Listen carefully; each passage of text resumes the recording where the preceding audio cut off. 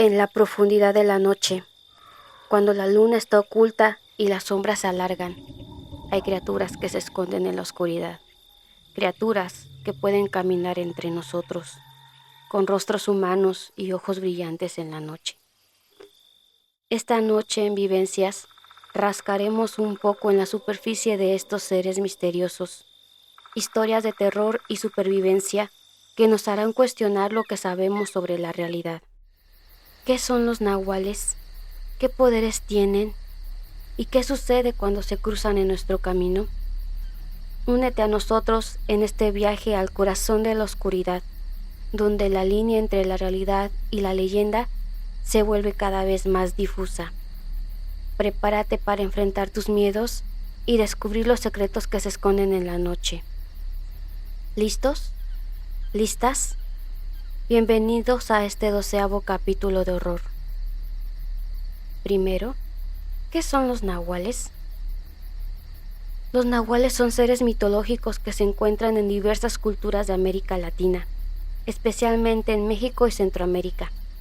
Según la leyenda, los nahuales son personas que tienen la capacidad de transformarse en animales o criaturas sobrenaturales, como lobos, jaguares, serpientes o incluso criaturas míticas como el nahual del viento. Se dice que los nahuales pueden cambiar de forma voluntaria y pueden utilizar sus poderes para proteger a sus comunidades para hacer daño a sus enemigos. Algunas leyendas también hablan de nahuales que pueden controlar los elementos como el viento o la lluvia. En algunas culturas se cree que los nahuales son personas que han hecho un pacto con fuerzas sobrenaturales como el diablo o los espíritus de la naturaleza. Otros creen que los nahuales son personas que han desarrollado habilidades especiales a través de la meditación, la magia o la conexión con la naturaleza. ¿Y tú? ¿Qué piensas? Quiero compartirles esta historia que ha ocurrido en mi familia a lo largo de 3 generaciones. Mi abuela, mi tía, mi mamá y yo. Esto ocurrió en el Estado de México, cuando mi abuelo recién había comprado el terreno. Me cuenta que era un lugar medio desolado. Había pocas casas, era un lugar de campesinos, no había pavimento ni alumbrado público. Mi abuela se dedicaba al hogar y cuidaba a sus hijos. Mi abuelo, por su trabajo, viajaba y casi siempre estaba fuera de casa. A los meses de vivir ahí, mi abuela comenzó a percibir una vibra extraña, un tanto pesada. Se sentía observada. Incluso sus animales ya no parecían o amanecían muertos. Una noche se levantó al baño. Cuando miró hacia donde estaba el zaguán, notó que estaba un perro enorme, de ojos rojos, parado en 2 patas mirando hacia la casa. Ella rápidamente empezó a rezar, prendió veladoras y al día siguiente puso una palma de las que se usan en Domingo de Ramos en la puerta. Empezó a rociar con agua bendita dando oraciones. Conforme pasó el tiempo, dejó de pensar en ese momento. Eso se lo contó años después a mi mamá y a mi tía cuando tenían 15 años. Se guardó mucho tiempo esta historia, pues como lo escribí, eran recién llegados, no tenían muchos conocidos en ese lugar y mis tíos eran unos niños. Mucho tiempo después, mi abuela falleció.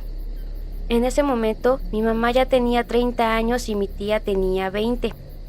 Ellas aún vivían en esa casa cuando una noche, justo un año después del fallecimiento de mi abuela, al estar dormidas en habitaciones separadas, volvieron a tener un encuentro con lo que pensaron era el mismo nahual del que mi abuelita les había platicado recién había llegado al terreno. Pasada medianoche, mi mamá sintió que la tomó de los cabellos. Tuvo su aliento pesado sobre ella y empezó a decirle cosas horribles. Cuando la dejó, pasó con mi tía e hizo exactamente lo mismo. Ambas, al día siguiente, aterrorizadas, recordaron ese episodio que mi abuela había vivido. El caso es que decidieron nuevamente hacer el ritual de protección que les enseñó su madre: prender veladoras, hacer rezos, poner una cruz de protección en el portón y quemar palma bendita. Años después, Cuando yo recién había cumplido 6 años, me encontraba dormida en mi habitación. Cabe señalar que esta historia nunca se mencionaba y no sabía de su existencia, hasta que esa noche me desperté al sentir una presencia extraña. Al abrir los ojos, vi a ese perro parado frente a mi puerta, ojos rojos, hocico grande, tenía una sonrisa distorsionada. Me miraba con ojos de odio o de repulsión, como si en serio quisiera hacerme algo malo. Cuando él notó que yo ya lo había visto, empezó a olfatear fuertemente. Se puso en 4 patas y caminó lentamente debajo de mi cama, hasta que logró salir del otro lado. Les juro que sentí cómo se movía la cama cuando esa cosa estaba debajo de ella. Cuando salió, sentí sus garras en mi cuello. Sentí como si me estuviera asfixiando. Me sentía desesperada, aterrorizada. Sentía su aliento sobre mi cama y sobre mi cara. No podía respirar. Sentía que algo me decía, o al menos vi que movía su boca, pero por lo asustada no pude ni escuchar. En ese instante algo pasó, que mi mamá intentaba abrir la puerta como desesperada. Cuando ella logró entrar, esa cosa ya me había dejado. El nahual ya no estaba. Mi mamá corrió a buscarlo, pero no pudo hallarlo. En este punto la zona ya estaba poblada y con todos los servicios. Ella me cuenta que cuando yo estaba viviendo eso tan fuerte con el nahual, en sus sueños vio a mi abuela que le decía que se despertara, que yo la necesitaba, que yo estaba en peligro, que esa cosa me quería llevar. Fue gracias a eso que mi madre salió a ayudarme. También se puso a relatar las experiencias que habían tenido años anteriores con eso. ¿Qué tal parece? ¿Era eso o es un nahual? Hasta la fecha nadie de la familia sabe explicar lo sucedido. Incluso ya no se ha vuelto a aparecer y espero que siga así. Gracias por leerme, espero les haya gustado mi historia. Cuenta Hernán Cortés que estando en Veracruz, vinieron a su encuentro unos embajadores de Moctezuma para ofrecerle a él y a sus tropas diversas joyas y alimentos.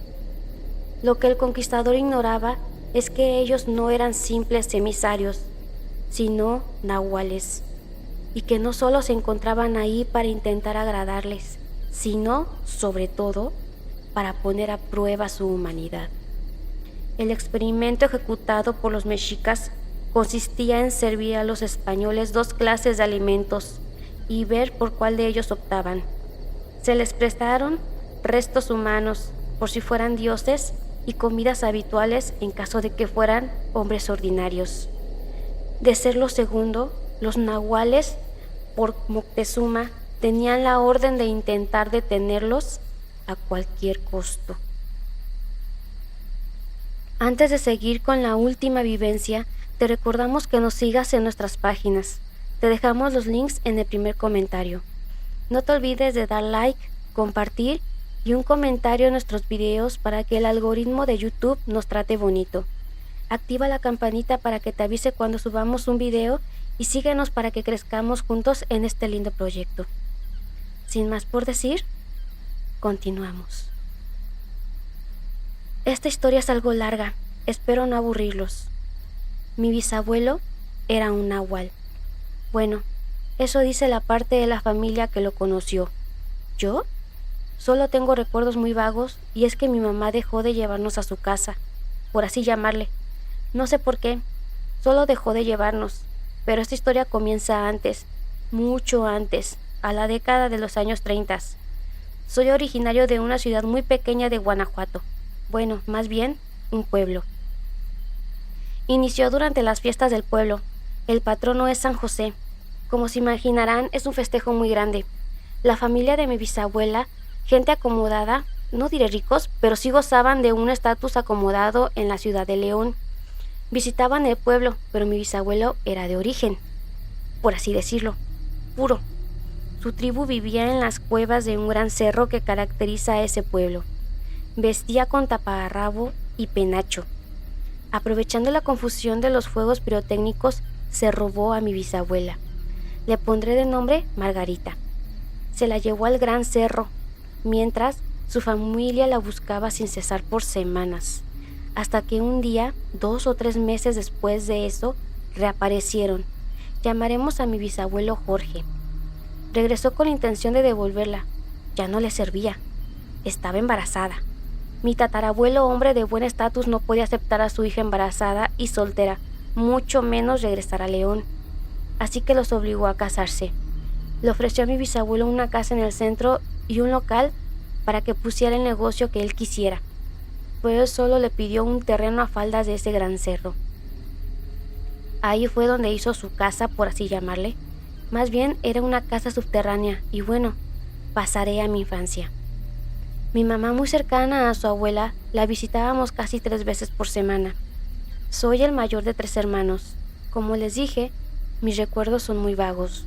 Recuerdo corriendo por la casa en penumbras, persiguiendo unos conejos muy pequeñitos, teporingos, creo se llaman. Solo recuerdo haber entrado a una habitación llena de velas, de cortinas, eran de plumas colgadas y amarradas con hilos rojos. Al entrar estaba una figura de la muerte, pero no era de las que todos conocemos. No tenía un manto como se le conoce, tenía una vestimenta prehispánica, penacho y ropaje de cuentos de colores verde, jade y rojo. Y a un lado el que parecía ser el esqueleto de un diablo. Era un cráneo de niño, pero tenía cuernos y colmillos. Sus brazos largos casi llegaban a los pies y los huesos de los pies. La última sección era muy gruesa y terminaba en pezuñas como de cerdo. Me quedé pasmado. Tenía 6 o 7 años, así que imaginé el shock de ver eso. Agregando el humo de inciensos que había por toda la habitación, copal y el humo de un anafre en un rincón. Ya casi en estado de descomposición había carne a sus pies. Sentí que todo me daba vueltas. Justo cuando sentía que perdería el conocimiento, mi bisabuela me tomó de los hombros y me dijo: «Aún no es tiempo de que entres aquí. Si tu bisabuelo te sorprende...» Y solo me jaló fuera de la habitación. Mi mamá le preguntó qué tenía y solo nos condujo hacia afuera. Le pidió a mi mamá que nos llevara con mi papá, que estaba a unos metros de ahí delimitando un terreno que había comprado. Ese era el motivo de las visitas constantes. Y volvió con su abuela. Mi hermana tenía 3 o 4 años y mi hermano menor 1. Mi papá preguntó que por qué nos habían llevado y mi mamá no contestó, y regresó a casa de su abuela. Después de eso, no volvimos a ir. Años después mi bisabuelo enfermó. No recuerdo de qué, solo lo recuerdo postrado en una cama sin moverse. Le tenían que dar de comer en la boca solo papillas. Usaba pañal. Un tío abuelo lo recogió de su casa. Para ese entonces yo tenía 12 o 13 años, no recuerdo muy bien. Lo que sí recuerdo fue el día que lo llevaron a esa casa. Mi tío abuelo me estaba enseñando a tocar el piano cuando lo llevaron. No parecía él, parecía una momia. Sus ojos sumidos, sus pómulos secos, sus manos extremadamente delgadas. Parecía un esqueleto cubierto por una piel muy delgada. Su piel se veía gris. Quise acercarme, pero en eso llegó mi papá por mí. Fueron 4 largos años de agonía. Parecían que antes de morir quedaría seco. Tenía ya casi 16 o 17 años. Una noche, era casi medianoche, cuando le avisaron a mi mamá que finalmente lo habían declarado muerto. Aún recuerdo cómo suspiró. Parecía aliviada. Salió de pronto. Aún recuerdo que le dije: «¿Te acompaño?». Ella solo dijo: «Tú eres quien menos puede ir. No era ninguno de tus primos». Regresó por la mañana. «Duérmanse, tu papá llega a las 6». Obvio no pude dormir. En ese momento recordé esa habitación. Creía escucharlo hablándome, como un susurro, en el viento. Nuestra casa, aunque de muros de ladrillo, el techo era de lámina. Podía escuchar un ave caminando por las láminas de asbesto, como si quisiera no ser descubierto. Escuché eso toda la noche, hasta que escuché una llave entrar en la puerta. Era mi papá. Preguntó: «¿Dónde está tu mamá?». «El bisabuelo murió». «Por fin, ese viejo brujo tardó mucho», susurró. Mi madre llegó a las 9 de la mañana. Se veía con el rostro desencantado. No triste, más bien pensativa. Ese día no fuimos a la escuela. Envió una nota con la vecina que tenía un niño en la misma escuela. Por la tarde, cuando mi padre despertó, lo puso al tanto.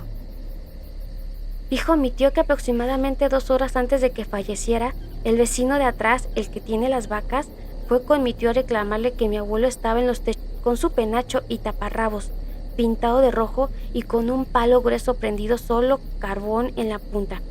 Corría por los techos de lámina y estaba espantando a sus animales. Hacía un ruido muy extraño y le gritó: «Don Jorge, bájese de ahí. Me va a joder la leche para mañana». Pero él solo se reía. Me lanzó ese palo. Solo desvié la mirada a ver que no fuera a prender la paja. Y ya no lo vi. Entonces fue con mi tío a reclamarle. Mi tío consternado le dijo: «No puede ser. Mi papá tiene casi 4 años que está postrado. No puede moverse. Pase y véalo usted mismo». El hombre se vio confundido. De verdad, yo lo vi. Era él. Mi mamá guardó silencio por un rato. ¿Sabes qué fue lo que más me asustó? Que cuando llegué estaban los de la funeraria. Iban a mover a mi abuelo. Estaba rígido como una tabla y al levantarlo, debajo de él comenzaron a salir cucarachas, grillos, alacranes y arañas. Todos saltamos. Los hombres presentes corrieron a aplastar los que podían. Se escaparon muchos. Rociaron muchas latas de insecticida. Los de la funeraria dijeron que ese cuerpo no se podía preparar más, que estaba casi seco. Así que lo volvieron a poner donde estaba y mejor llevaron el ataúd a la casa y lo metieron. Así sin preparar. Lo sepultaron en una media hora. Acompáñame, por favor. Luego del novenario, se reunieron los hijos que quedaban y nietos. Entre ellos mi mamá, mi tío abuelo, que quería saber qué hacer con los libros y pertenencias del bisabuelo. Mi bisabuela no quería saber nada de eso y le dijo a mi tío: «Quémalos. Quémalos todos. Jorge hizo mucho mal en vida, dañó a mucha gente y me hizo participar en sus cosas. No quiero saber nada de él». De ahí me saltaré hasta hace 6 años. Una noche, mientras dormía, comencé a soñarme en esa habitación de mi infancia. Veía esa figura de la muerte tan extraña, pero no estaba el pequeño diablo de hueso. Giraba mi cabeza buscándolo y detrás de esa cortina de plumas vi una silueta. Sabía perfectamente quién era. Era mi bisabuelo. Traía su penacho y sus ojos reflejaban la tenue luz de las velas como si de un gato se tratara. Fue ahí cuando escuché una voz en mi cabeza que decía: «No lo logrará. No se pueden destruir. Rescátalos y haz lo que debes hacer». Desperté. Solo abrí los ojos. No me podía mover. Mi esposa estaba profundamente dormida. Por la enorme ventana entraba mucha luz proveniente de la lámpara de la calle y a un lado, como escondido tras las persianas que se amontonaban, vi esa silueta. No podía moverme y el pánico se apoderó de mí. Solo estaba ahí, no producía ningún ruido. De pronto sentí ahogarme. El aire me faltaba. Apreté los ojos y cuando los abrí el aire regresó. Me reincorporé tosiendo, como cuando uno se atraganta con la saliva. Eso puso en alerta a mi esposa, que pegó un salto. Fue a la cocina y me trajo agua. Me preguntó si estaba bien, pero no le conté. Ella es muy miedosa, no quise asustarla. Para ese tiempo yo ya vivía en la ciudad de León. En las siguientes visitas a mis papás, mi mamá me contó que su tío había tratado de quemar los libros. Los había dejado en el olvido de un viejo cuarto que no usaba, pero los volvió a encontrar cuando su hijo mayor regresaría de la capital. No había logrado obtener un buen trabajo y tuvo que volver con sus padres. Fue ahí cuando volvió a encontrar los libros y todas esas cosas que le causaban escalofríos. Los metió en un gran cazo de cobre que tenía, le reció gasolina y le prendió. Dice que el fuego formó un remolino, que la casa se cimbró, los vidrios de todas las ventanas se estrellaron, la gasolina se consumió, pero los libros solo estaban calientes y ligeramente chamuscados de las orillas, pero aún enteros. Consultó con una curandera del pueblo y le dijo: «¿Son los libros del brujo Jorge? No podrás destruirlos. Se deben heredar o esconderlos donde nunca se puedan encontrar». Y así lo hizo. Durante meses soñaba con él, con mi bisabuelo, el brujo Jorge. Después supo que era un brujo muy poderoso, muy buscado en el pueblo. Lo buscaban para curar y para hacer daño. En sueños decía que era hora de entrar en la habitación. Me decía que no debía temer, que esa figura es Mictecacihuatl, una deidad prehispánica, la señora de la muerte, quien predice los ritos fúnebres, que la familia está ligada a ella. Luego llegó una larga racha de problemas en mi vida, donde esa estabilidad se vino abajo, justo con la llegada de mi primer bebé a mis 35 años. Durante años tratamos de salir de esta situación, hasta que no sé si fue destino o qué, pero mi esposa conoció a una mujer aprendiz de bruja de Catemaco, quien comenzó a ayudarnos. Ella dice que no cobra, pues es un don para ayudar, no para beneficios propios. En una consulta que me hizo salió mi bisabuelo. Ella me contó que él no murió, que él trascendió en su siguiente forma, que ha estado tratando de comunicarme algo. En efecto, es un brujo muy poderoso, un nahual. Me explicó que existen 6 grados de nahual, que él está en el 5º, trascendió en su forma animal, que tengo su mismo don, pero que he dejado pasar tiempo. Aún estoy a tiempo, pero será difícil. De mí depende si lo utilizo o no. Si no lo uso, él buscará a alguna de mis 2 niñas. La mayor, últimamente me dice que por las noches ve a un hombre esqueleto que le sonríe. Le da un poco de miedo, pero le dice conocerme. Tengo miedo que quiera que ella sea su sucesora.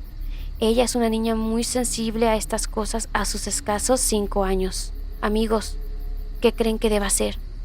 Los estaré leyendo. Recuerda que la oscuridad está siempre ahí, esperando a que la descubras. No te despidas de nosotros todavía, porque la noche es joven y el terror está siempre a la vuelta de la esquina. Y en estas lluviosas noches de mayo, el equipo de Vivencias te desea buenas noches.